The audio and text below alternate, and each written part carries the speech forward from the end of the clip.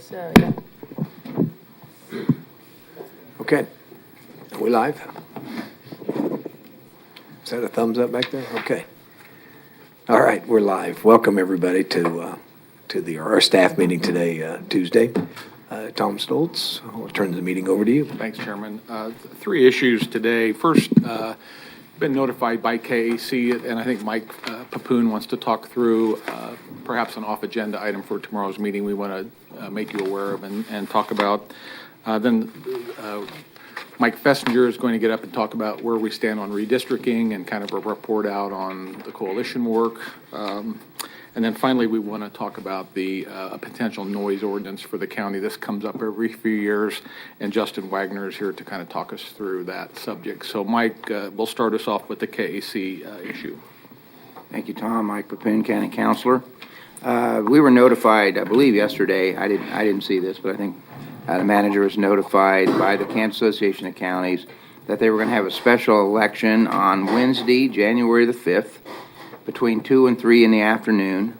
It's virtual. It's a virtual vote only. And the reason for this special election is they're considering allowing the Kansas Human Resources Association to be a member of their official member of their board, an affiliate, what's called an affiliation membership. And if they do that, then they will be the board, the KAC board will expand from 18 to 19 members. But to do that, they have to have a change in their bylaws. And so what they're asking counties to do by January the 5th is have a formal vote electing a voting delegate and an alternate delegate to be present on January 5th between 2 and 3 in the afternoon to cast that vote on behalf of the commission. So tomorrow we'll ask you to elect a voting delegate and an alternate voting delegate. So I'll be happy to answer any questions. All right. We'll do that as an off-agenda item tomorrow.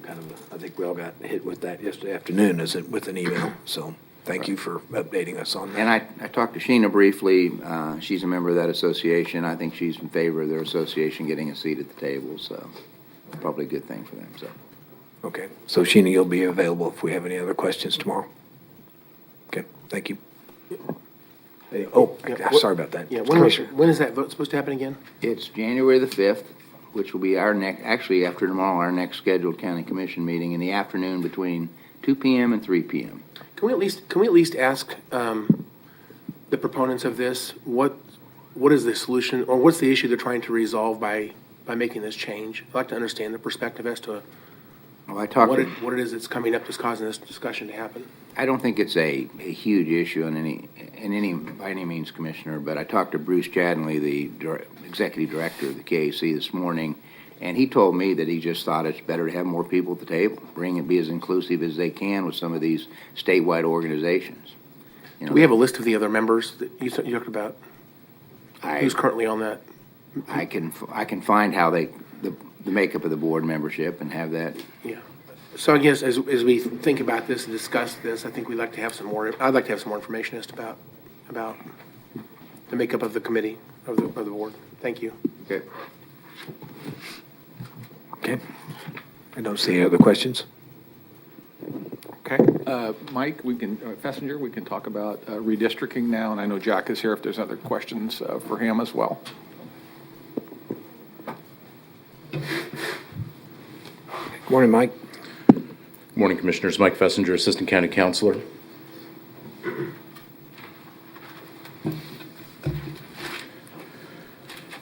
So, Commissioners, as I'm sure you know, the Ad Hoc Redistricting Committee met 3 times over the course of its existence, where it received public input and also input from your citizen advisory boards regarding the 11 proposed redistricting plans.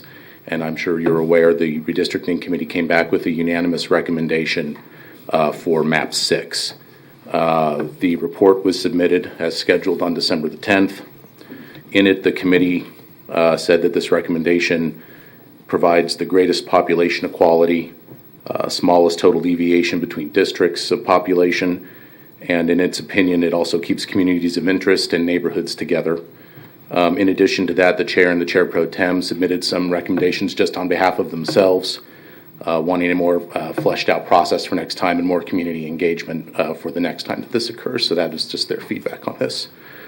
That is where we stand right now in this process, and as you know, you're scheduled to pick a plan on December 15th. That's what I have for you for the moment. Okay. Any questions? Obviously, Mike, thanks for you and Jack for tremendous amount of work on this and your attention to the committee. But is there any questions from the commissioners or comments? So I think we all were concerned there's going to be split votes and all kinds of choices and suggestions, but when they went unanimous, and then they also discussed that they didn't even want to have an option, basically. Yeah, I don't think that the committee officially voted on this position, but the discussion was they don't want to dilute their recommendation by providing alternates or some kind of ranked choice situation. But I don't think we can consider that an official recommendation, but Right. that was the discussion. Okay, well, and it's all visible. It was open to the public. That's right. Visible. Okay. I don't see any other comments. Oh, Commissioner Cruz. Thank you, Chairman. Last night at my Citizens Advisory Board, I did have a member that requested some of the information in those spreadsheets, Jack, that was demographic-based, the types of the change of voting, the disenfranchisement of different maps, and so has that been placed in a public format, or has that just been sent via email to individuals?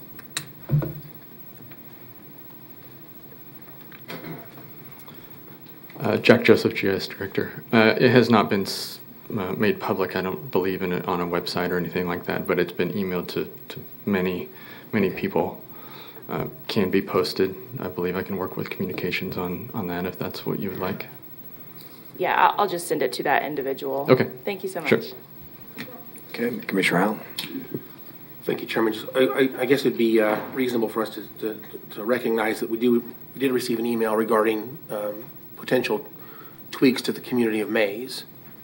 And again, as you were just briefing a moment ago, communities of interest, I see, based on that email, there is a couple of areas there in Mays that it doesn't quite make sense to me why they're split the way they currently are. I don't know if the committee spent much time thinking about that, or if this is just kind of something that someone thought of recently. But again, staff did recommend, or I should say, staff did propose, if you will, two options for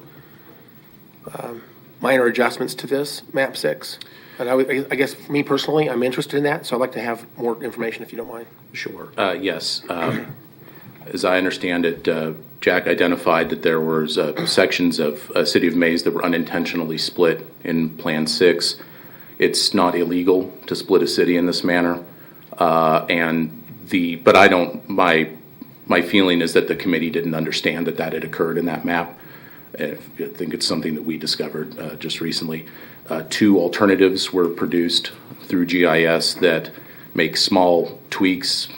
You could even maybe, I think they're very slight, that just keeps Mays all in one district. I think it'd be reasonable for you to select one of those if it's important for you to keep all of the cities into one district. But again, from my standpoint, just neutral, and from a legal standpoint, you don't need to do this, but you certainly could.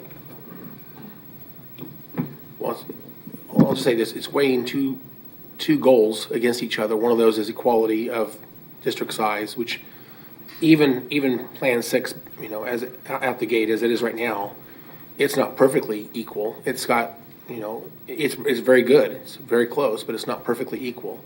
But communities of interest was a pretty big discussion during that committee. When I listened in, that was a theme that happened, I would say, throughout the entire all the meetings. That was a very large part of their discussion.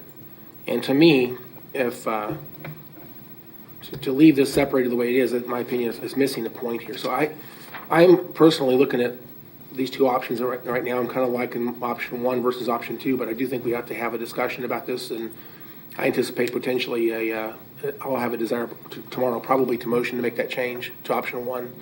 I just wanted to disclose that now, so thank you. Okay, Commissioner Dennis? Thank you, Mr. Chairman. Well, I appreciate when I received those two options in that email. And so since it affects the city of Mays, I called Richard Lemunion and asked him what his opinion was about splitting that. And he said the same thing he said when Commissioner Cruz and I were at a recent K96 meeting, that he sincerely appreciates the fact that there are two commissioners that are advocating for the city of Mays. And he wants Plan 6 to remain as is rather than changing to any of those options that were sent to us by email, because he does want two commissioners representing the city of Mays. So he thinks that there's an advantage. So I would not support any decision to change from Plan 6 for any reason. Thank you. Okay, and Commissioner Cruz? Thank you, Chairman. Could we just run through those changes real fast so that we can kind of see and so that the public can see kind of what changes were made? Yeah, I'll pull up Plan 6 here. So this is Plan 6 as the committee recommended, and then you offered two additional options for this map. Is that correct? That's correct. Okay. The white line on the map is the current district boundary. Option number 1 that I provided in that email essentially keeps the boundary as it is today. So it moves a total of 7 precincts from District 3 to District 4. And here are the, let me make sure, yeah. Here are the precincts affected. There's a couple with 0 population, essentially for connectivity purposes to not create any holes or gaps. And with the move of 653 people total in those precincts, the new population numbers are here in this table. So it would bump up District 4 to 0.5% deviation, and District 3 would be a negative 0.5% deviation. Can you show us did you have the time or ability to show us in the other format as to how the map would change? You just mean, well, it would essentially look as it was today. So this is what. Well, the changes that you had. There were 2 options. Mm-hmm. This is one. What's the other? Yeah, the other option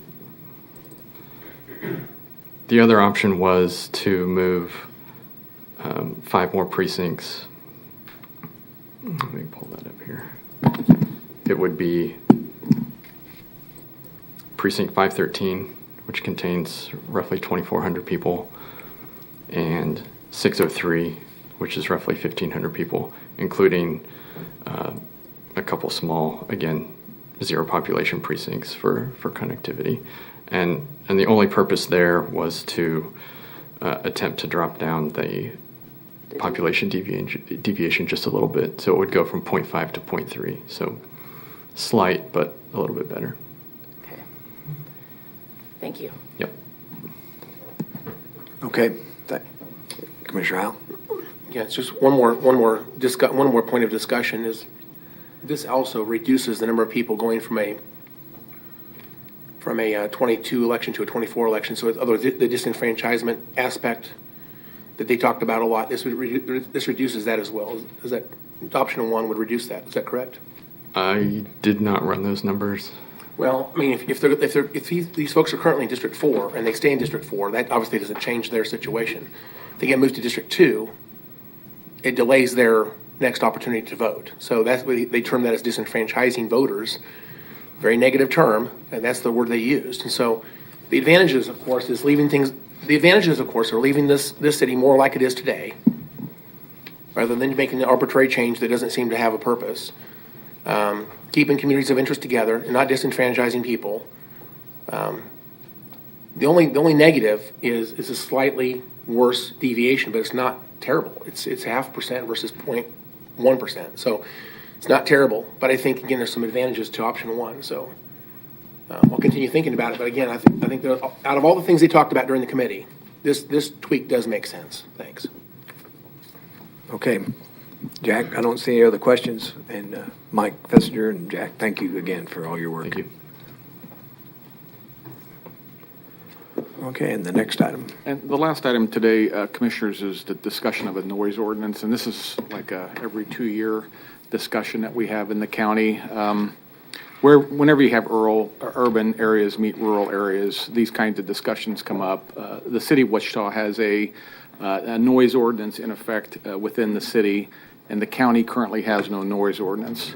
I know in every district of the commission, this kind of discussion has come up historically, and the latest rendition of this is now, I think, in Commissioner Howell's district, where you have a nightclub that is operating, and some of the neighbors are complaining about noise. So it's this time to revisit the topic again. Justin will step us through the legality of it. The sheriff is here today as well, because of course any type of move of creating this type of ordinance would impact his department, and Chris Labrum from MABCD has staff here as well, as they would be part of this. So Justin, if you would start us up, please. Sure. Commissioners, Justin Wagoner, Assistant County Counselor. First off, I think it's worth pointing out that the status quo right now, Sedgwick County does not have a general noise resolution that prohibits noises in any way. There are some specific provisions in our county code that do address noise issues. For example, our animal code has a provision that if you have if somebody has a dog that's continuously barking for an excessive amount of time, very loudly within 100 feet of a residence, that they could get a code violation. There's a violation for disorderly conduct in the MS Mitch Mitchell floodway, or the big ditch, where if somebody's causing a lot of noise there, perhaps they can get a county code violation. It's not in the county code, but another way in which noise is controlled sometimes is through the zoning process. There may be an event center, for example, that as a condition of the approval of the zoning may say that they cannot have speakers outdoors at the event center. The speakers have to be indoors in order to control noise. There's been a handful of other zoning measures that have been utilized in approving conditional uses or putting in place protective overlays. So those are some of the tools that are currently used by the county, but we don't have a general noise resolution.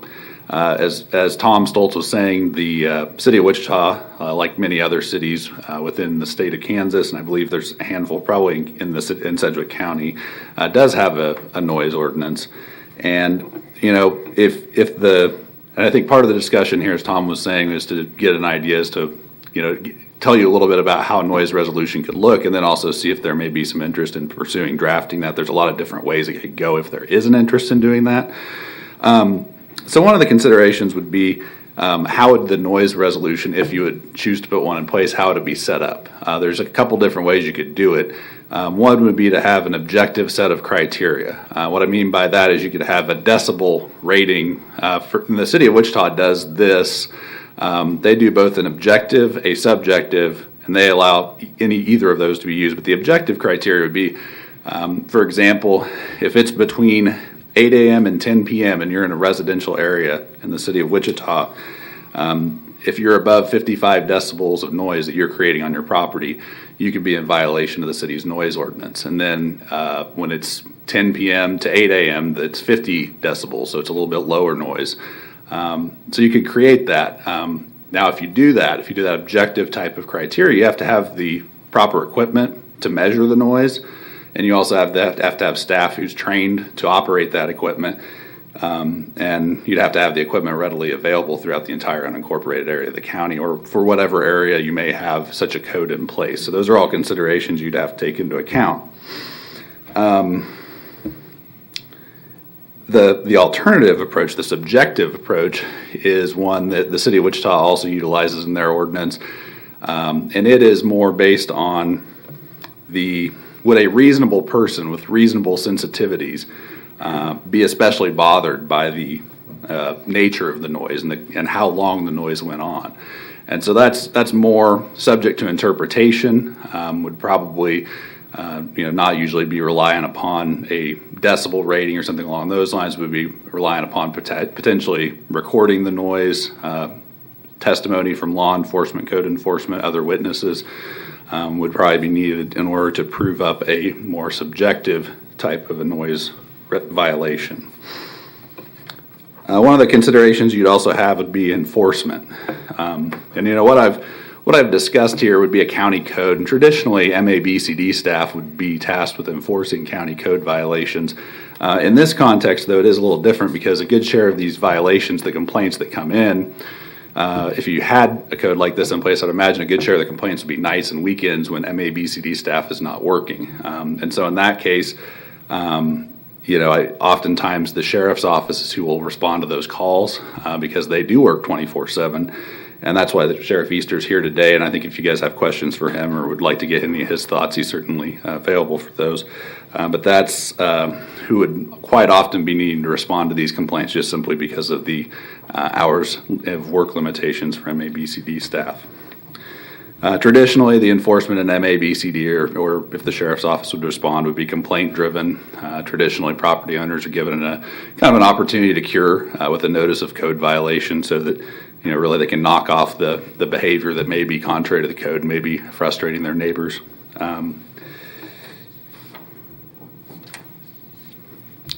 And I think that you'd also have to, if you were interested in putting in place a code, you'd have to consider what exceptions might apply.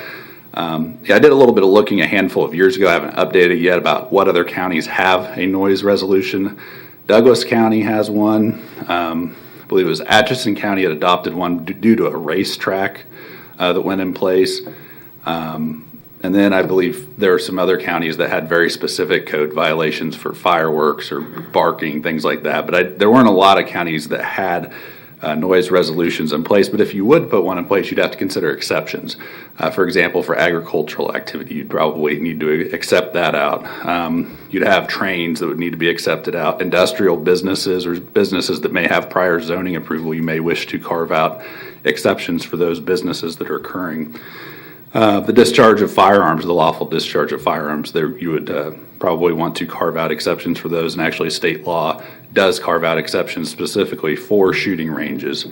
Aircraft, there's a handful of other things you probably want to take into account. So that's one of the things we would need to look into if we would draft a noise resolution. I think Douglas County did a pretty good job of listing probably a dozen or so exceptions. And it's worth noting that even if the Board of County Commissioners did not establish a noise resolution, private property owners could still bring private civil nuisance actions against property owners near them who might be causing lots of noise. They can do that. I mean, I've seen that in there was a highly contested zoning case that's been years ago was a highly contested matter in front of the Board of Zoning Appeals, and I think both sides had hired attorneys and they were writing letters back and forth to each other. So I don't believe a lawsuit was filed, but the point is that is an option the parties have. It's not as though government's the only way that these things can be regulated between parties. With that, I'd be happy to answer any questions you might have, get any feedback that you may have as to any direction to provide our office. Stand for questions. Thank you. Commissioner Al. Thank you, Chairman. So just going back to when this was proposed to us, I think the issue of noise was part of the discussion when the conditional use or whatever it was came before us. I'm not sure, was it rezoning or conditional use? Well, and just to be clear, we can talk about it in a zoning case or complaints that have come in. I don't think that a code should be geared towards a specific matter that's ongoing, but I will try to answer your question. Are you talking about the club rodeo facility? Yeah. So again, I know there's some language in there are some restrictions that are laid out in whatever was we approved. And I don't remember exactly what that is, but I think that's obviously relevant to this particular discussion. Yes. And what was your question specifically on that? Well,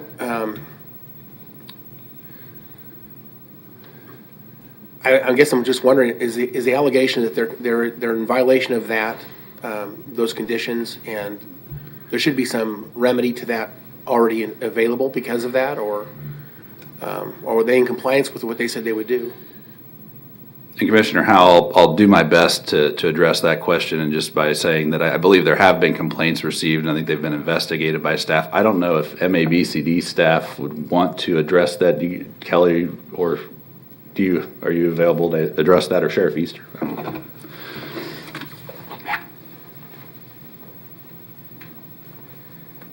Good morning, Kelly Dixon, Metropolitan Area Building. You talked about the zoning case. It was addressed in there. It was time-based and location-based. In other words, they couldn't have music outside after, I believe, midnight. And please don't quote me on these, even though it's quoted. So those activities had to stop at midnight. And then there were no, there was another time-based. It was outside. They couldn't be outside past midnight with their music. It had to go inside at that time. So far, most of our complaints received have been more from the music on the inside because there hasn't been any really music outside to this point. So thinking backwards, there was nothing in there that talks about the sound levels outside, or that wasn't part of the No, discussion. sir. If they violate that midnight rule on outdoor, is there something that code inspectors would have to be involved in right now? By things are currently set up, that would be the normal process. If they were there outside after midnight, typically law enforcement would be contacted and would show up, and we would have their report to write our violations on. I think initially that was actually happening. I think, if I understand correctly, I think they've changed that. They're not doing the outdoor music any longer, but I think it was happening for a while there. One of the problems I have with this is, although I do recognize there may be this may not be for you, but though I recognize there may be a private, remedy in terms of, file a lawsuit and take them to court and hopefully get an injunction from a judge or whatever. The reality is this is a new club in a very, part of the county. There's not a lot of residences right there, but there is a mobile home park right across the street on the south side. And I don't know what resources those folks have, but I would have to say, I would assume it's probably fairly difficult for them to file a lawsuit based on financial pressures that would probably cause them. So I don't know how realistic that is, that they would be able to do that. But one of the problems is I understand that the music is loud enough that it's persistent. It's every regular schedule. It's weeknights, it's school nights, and it's long after midnight. I think till 2 a.m. that this is going on. So the people are having trouble getting rest and being able to go to work the next day, that type of thing. So it certainly is an issue. It's not a county-wide issue. It's a very localized, specific issue. I'm not sure what the right answer is, but it is a problem, and I'm not sure what to do about it. So anyway. Okay. Any other questions? Okay. I don't see any. This might be a separate issue. I'm just curious, are we able to recommend any type of remediation? Are we able to go back and review the requirements at the site at this point? Is there any way to go back and add conditions at this point? The county can initiate a zone change. Off the top of my head, I'd have to look how that would happen, but that can occur. I'll follow up with you, Commissioner Howell, as to how that can be done. But there is both the private property owner can initiate a zone change on their property, and the county can do it. It would be very atypical for the county to do that, but I believe there is a mechanism for that, and I'll get you the specifics on that. I think I'd like to take a look at that and just spitballing solutions here. Someone recommended potentially a sound wall might be a way to deflect that noise, so it doesn't go towards those homes. A sound wall might be something that would be a solution that would be possible. And then the other thought someone brought to me was noise cancellation system outdoors that would actually counteract that noise and silence it up on the outside of that building using technology. So I don't know if either one of those things are even technically possible, but those ideas are out there. So I assume that these folks that are being bothered by this are listening to this meeting, or at least certainly will be listening to this meeting. So I guess I'd let them know I'm open to hearing solutions that work. I don't know that a county-wide noise ordinance is the right answer, but I don't know what to do with this specific situation. If there's things we can do to deal with this specifically, I think that may be more interesting to me at least. All right, thank you, Chairman. Yeah, thank you. I don't think there's a desire for a countywide ordinance on noise. That particular facility sits on the corner of K-15. Is that correct? That's correct, Chair. And my passenger train world, if I recall, there's about 20 trains a day at least go through that along there, more than that. And they go through it all hours of the day and night, and trains can be, they're required to blow their horn on MacArthur and other places, so there's a lot of, and I think that also, ironically, that area is right in the flight path of numerous major planes coming in and out of McConnell. So I don't know. There's a lot of noise besides just what they think is. And I don't think anybody's complaining about the airplane noise or the train noise. I mean, I live Right. close enough to the trains. I hear the trains all night long. I'm used to it. And people who live near trains, they're used to it. But they come and they go, and they're not there all night long. This is a loud, booming, thumping noise that lasts for 4 or 5 hours every night on a school night, and it goes until 2 o'clock in the morning, and it's every night. And you can hear it inside their homes, boom, boom, boom, boom, and it all goes for hours. It's not the same as a train. Okay. So I understand the point, though. Thank you, Chairman. All right, thank you very much, Right. Commissioners. Thank you. I don't see other questions. All right, Tom. That was all we had, sir, for today. Okay, good. Thank you, everybody. We'll see you tomorrow morning. We're at 9 o'clock, right? I've had the clock wrong a few times, so thank you again, everybody. See you tomorrow.